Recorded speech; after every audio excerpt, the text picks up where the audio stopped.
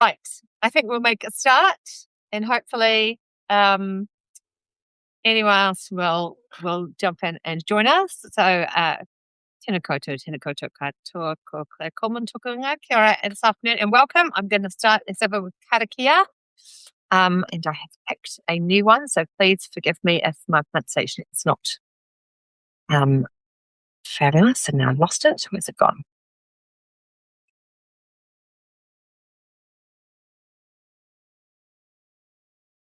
I can start us off.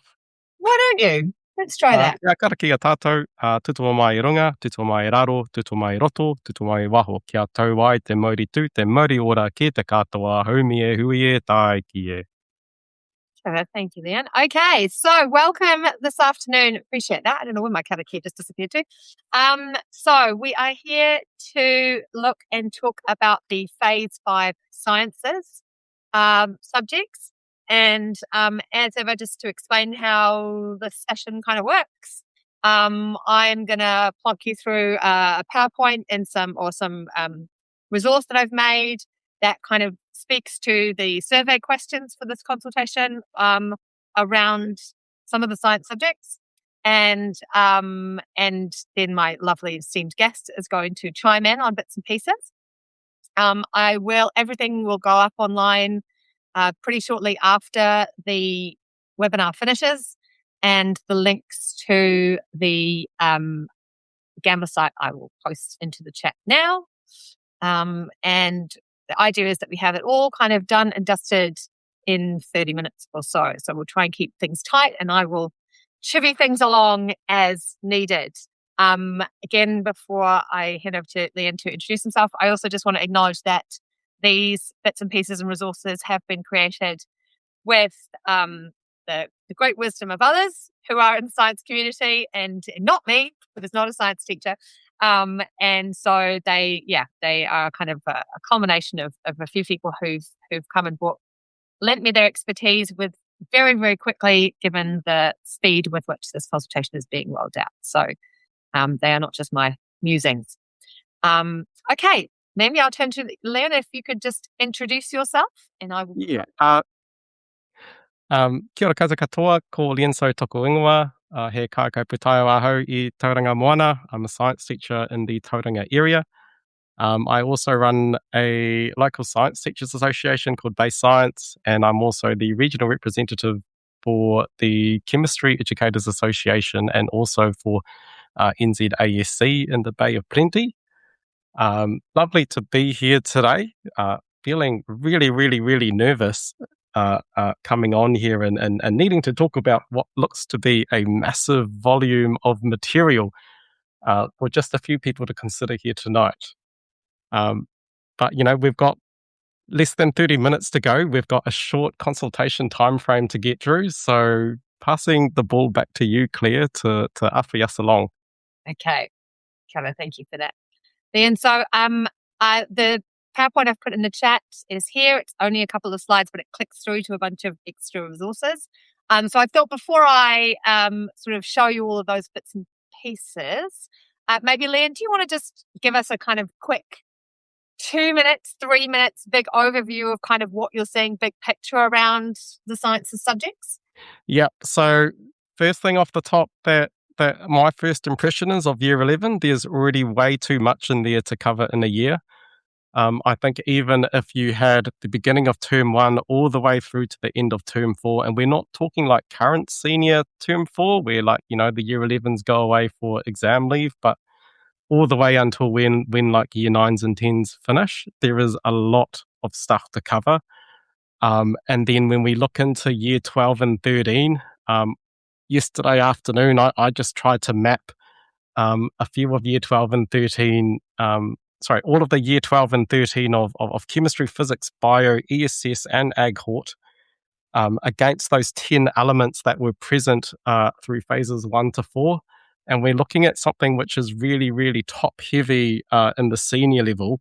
And there's lots of little bottlenecks and lots of knowledge gaps from phase 1 to 4 as well. So those are just kind of my first impressions so far.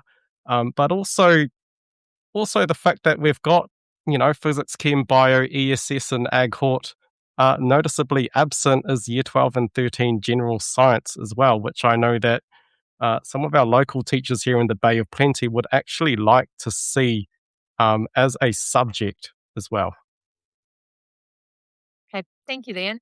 So, before I just take you through this PowerPoint and we sort of delve into some of the questions, I think it's worth just recognizing that obviously phases 1 to 4 and the draft and the consultation period for that only finished at the end of April.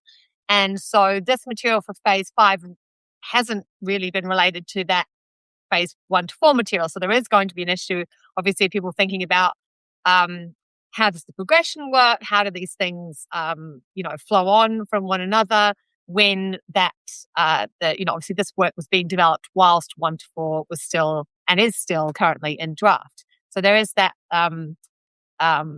continuity issue, and I think that's something that people have identified already.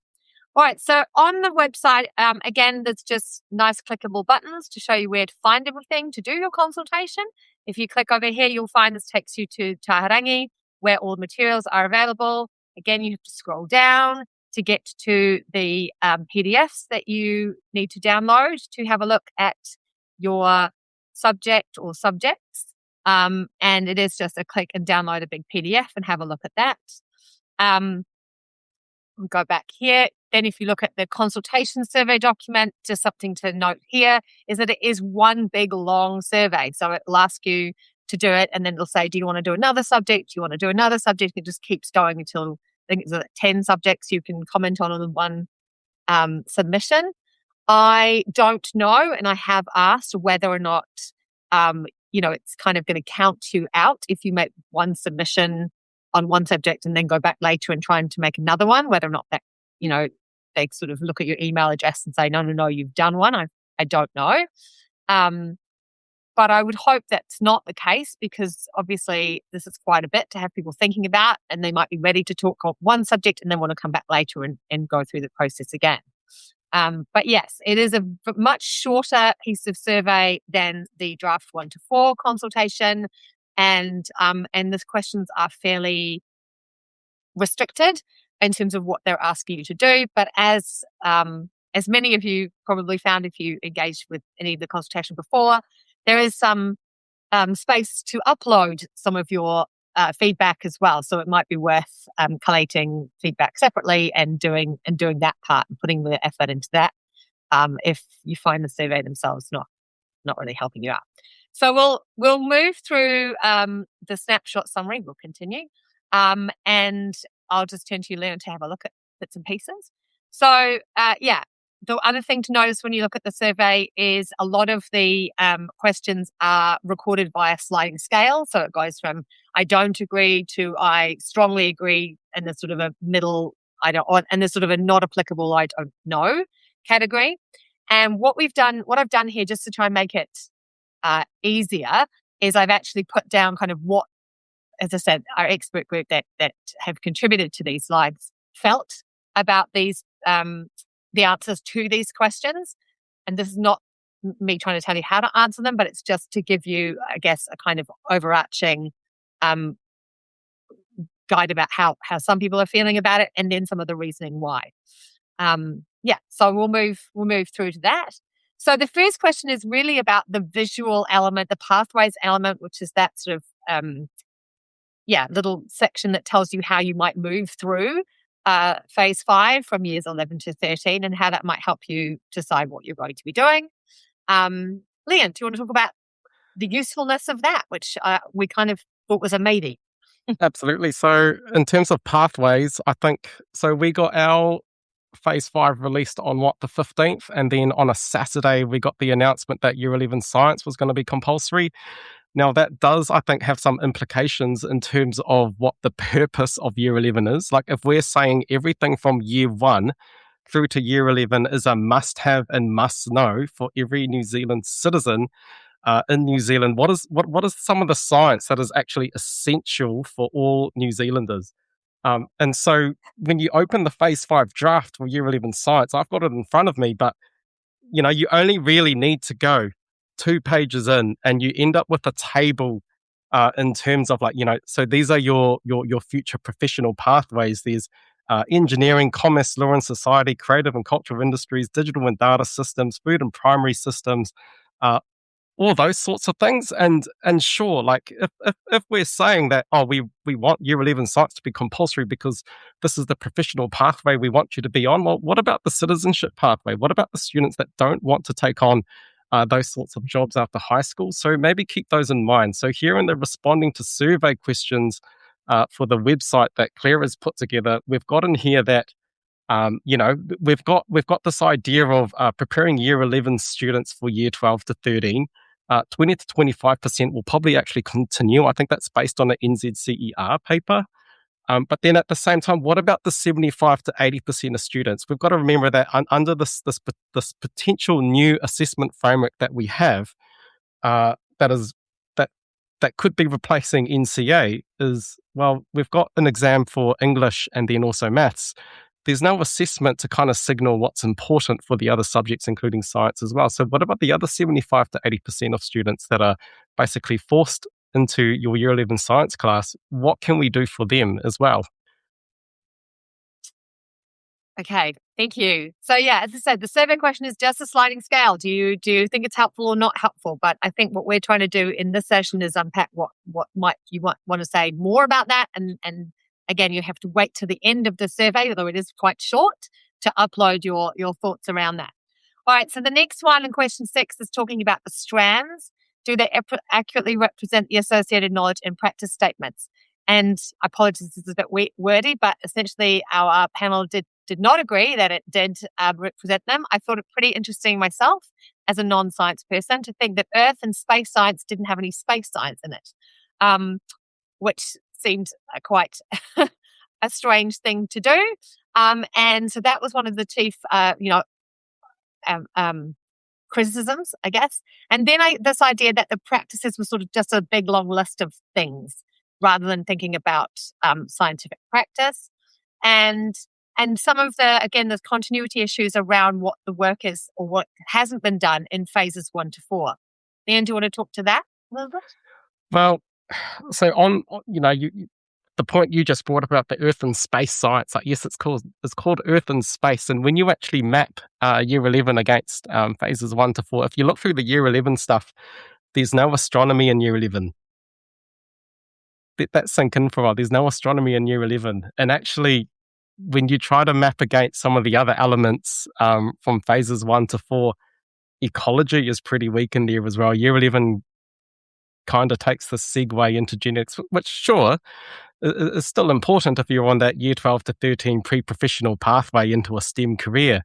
But what about ecology? What about the predator-free 2050 stuff? What about the dune planting at the coast? That's literally just like less than a couple of kilometers from my house right here.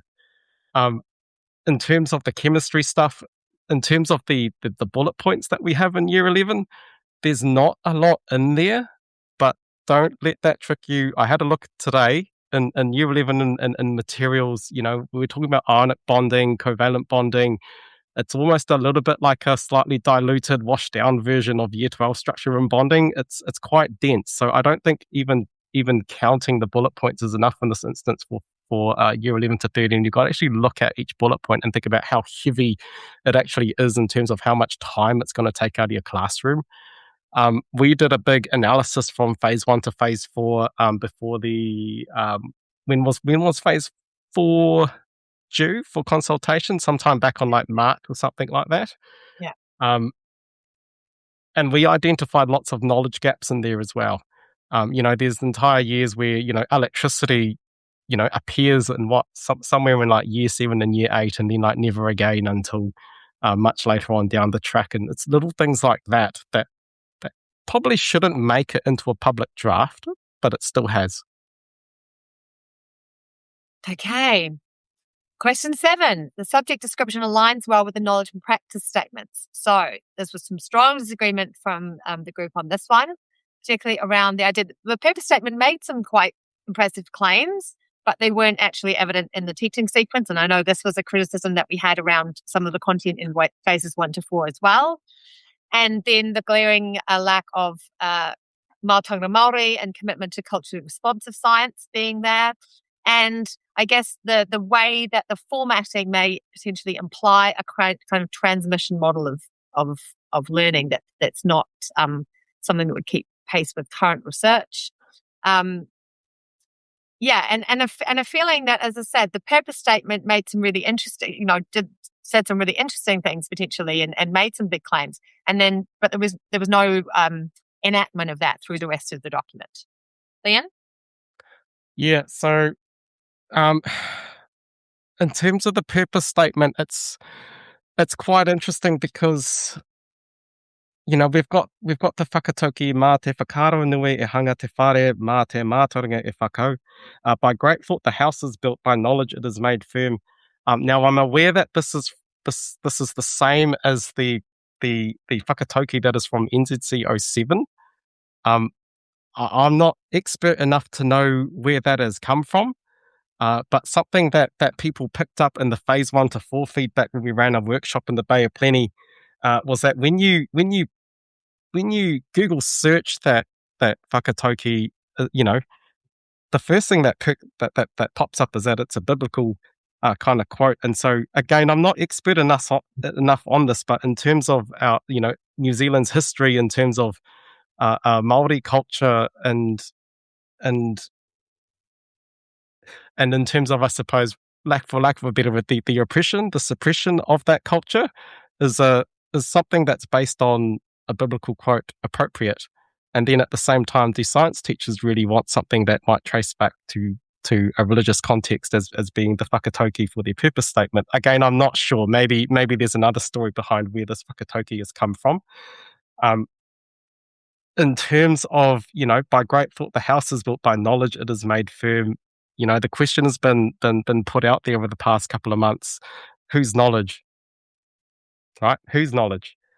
In terms of the way that year 12 and 13 is, physics, chemistry, biology, earth and space, ag hort, probably earth and space and ag hort are probably a little bit more multidisciplinary compared to physics, chemistry, and biology. But, when we think about the research system in New Zealand, in terms of some of the things that Māori researchers have found really difficult, it's the siloed approach towards gaining research funding that's been really, really, really difficult. And I think that was something that was highlighted in a Vision Mātauranga booklet or some sort of publications some years ago. And so what are we perpetuating when we still have the siloization of physics, chemistry, and biology? Now, I'm not saying that these are bad in terms of the disciplinary identity of senior chemistry, but what I'm probably saying is that actually, if we don't have general science, then how are we catering to a multicultural approach to science, which is the way of how we understand the natural world, right? So in terms of this purpose statement, we kind of need to go we need something that's a bit broader. And, jumping back to, just a few minutes ago, something that doesn't just cater to the students that want to go on to some kind of STEM career pathway, but something for citizenship as well. So where's the part about making decisions about nutrition and diet? Where's the part about whether or not you should get your flu vaccine or not? Where's the part about whether or not you should plant more native trees in your backyard or take on backyard trapping? Those are the things that are missing. So if we're saying from year 1 to year 11, this is compulsory, then surely some of these things need to be in there as well. Not just for the citizenship aspect, but for the economic benefit, basically to all New Zealand when the everyday citizen can take on these sorts of skills and things. That's kind of my thoughts anyway. I'll be interested to hear what the audience thinks as well. Okay, we're going to press on though, Lian, because time is running away. Okay, question 8 asks about the knowledge and practice statements being appropriate for this level, and that was kind of like, again, there was a bit of, some of it's familiar because it draws on existing NCA standards, and I think this speaks to what you were saying again, Lian, about the science, the kind of foundations of, the epistemic and procedural. How do we know how to make scientific, how do we know something in the science world? how are we engaging and thinking through these things with a scientific kind of lens? And that stuff is missing, which again seems strange if now as a year 11 science is compulsory for all learners. The quantity of the content heavy, again, 279 bullet points. Somebody did the maths there. And then some of the content, and speaks to that, I guess, that general science stuff that's coming out around for the soil chemistry and stuff, is that need to know, must know stuff for everybody across the country, regardless of their interest or their, going forward in those areas. I'm going to give you 1 minute, Lian, on that one. Yep. Okay. So, in terms of all of basically what you just said, so something that has been missing from phase 1 to 4 is the nature of science. The nature of science, in terms of how do we know this, what's the evidence for this, that is the sort of thing that we need, in an age where there's not just misinformation and disinformation, but also generated information in the form of AI. That is just part of the 21st century skills that we need everyone to have. The procedural knowledge, the epistemic knowledge, all of those things speak to the nature of science. And when we did our phase 1 to 4 feedback, those were all the statements that were missing from years 1 through to 10. And I imagine they are still missing in year 11 to 13 as well. Indeed. All right. Question 9. So, knowledge and practice statements are sequenced to support progression. So, again, this is an area that the group strongly disagreed with. And actually, there were some real issues around the progression going backwards or being incoherent. There's concern about some just repetition of content and a narrowing rather than a deepening. The agri-court subject being kind of a completely new thing, meaning there was no sort of prior foundation for that. So, it's a huge leap. And then the sort of logic across the strands. So, in terms of being able to integrate, being able to make connections, both within the learning area of science, between the science subjects, and then potentially anywhere else, is it left kind of hanging. There's no easy way to look at the coherence of those two things. And then, as I said, that idea of kind of a list of stuff. And this comment, again, I think is going back to that idea about who's it meeting the needs for. I'm going to push through this, Lian, just because of time. So things that are missing. This is our last one? Not quite. So things that are missing that we've identified. Mātauranga Māori, nature of science, the idea of science as a human endeavour, a human interaction, the kind of cross-cutting concepts that we don't have. Inquiry and investigation, a focus not only on just doing things, but how you go about doing those things. As we said, space science is missing. And then some of the contemporary scientific things. Lian, do you want to talk to that, the contemporary stuff? I guess something that's kind of, and I kind of know this because my partner's a biology teacher and she talks about this a lot. But the idea of like epigenetics and new gene technologies. What's coming out also, on a side note on genetics, in the media right now, it's the de-extinction of the moa. But in terms of what we're seeing from phase 1 through to phase 5 inclusive, is the social scientific issue stuff still in there? I don't think it is. In terms of chemistry, the Royal Society of Chemistry overseas published something not too long ago. It was a 3-part report, and in the 3rd part, they basically said that actually chemistry curriculums across the world, we're not doing enough in terms of our sustainability or green chemistry in there. Do we see any of that in year 12 and 13? I don't think so. I saw titrations in there, but I didn't see much of green chemistry or sustainability. When to me, actually, chemistry is a materials and a substances science. Like it is matter cycling. Like if we are going to come up with solutions that deal with things like microplastics, with recyclability to circular economies, that is a chemistry issue. And so how can that be missing from year 12 and 13?